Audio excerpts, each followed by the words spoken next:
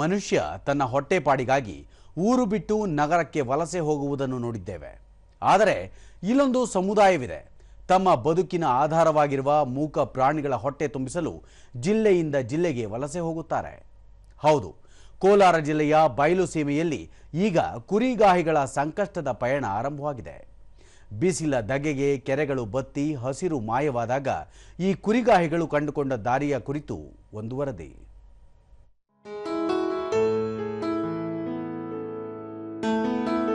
ಕುರಿ ಸಾಕಾಣಿಕೆ ಕೇವಲ ವ್ಯವಹಾರವಲ್ಲ, ಗ್ರಾಮೀಣ ಭಾಗದ ಸಣ್ಣ ರೈತರ ಪಾಲಿನ ಎಟಿಎಂ ಇದ್ದಂತೆ.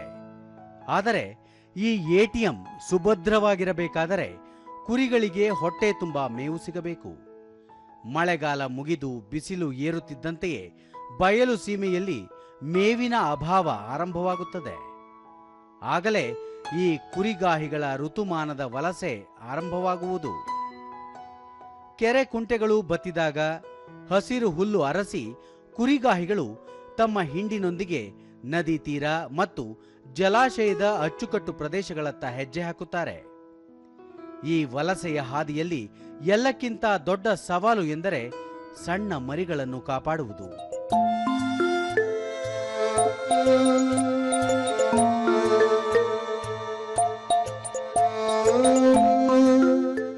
ಕಿಲೋಮೀಟರ್ ಗಟ್ಟಲೆ ನಡೆಯುವ ಶಕ್ತಿ ಆ ಮರಿಗಳಿಗೆ ಇರುವುದಿಲ್ಲ.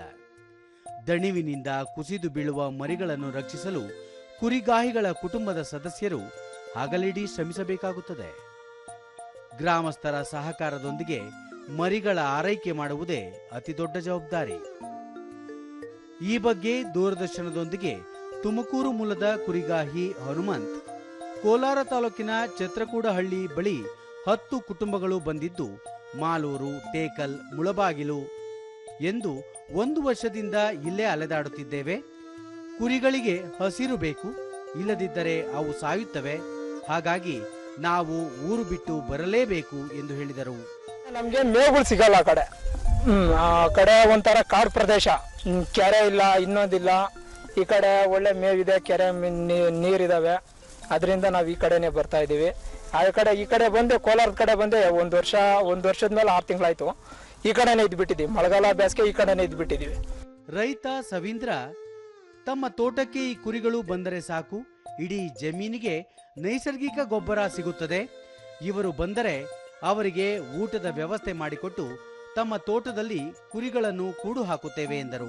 ನಮ್ಗೇನ ಅನುಕೂಲ ಆಗ್ಬೇಕಂದ್ರೆ ಕುರಿ ಇದು ಪಿಚ್ಚಿಗೆ ಬೇಕಂದ್ರೆ ಗೊಬ್ಬರ ನಮ್ಮಿದ್ರಲ್ಲೇ ಒಂದು 15 ದಿವಸ ತಿಂಗಳ ಆಲ್ಟ್ ಮಾಡ್ಕೊಂಡು ಅವ್ರ ಖರ್ಚು ಕಾಸು ಕೊಟ್ಕೊಂಡು ಮಡ್ಕೊಂಡಿರ್ತೀರಿ. ಅದರಿಂದ ನಮ್ಮ ಭೂಮಿಗೆ ಒಳ್ಳೆ ಫಲವತ್ತತೆ ಸಿಗುತ್ತೆ.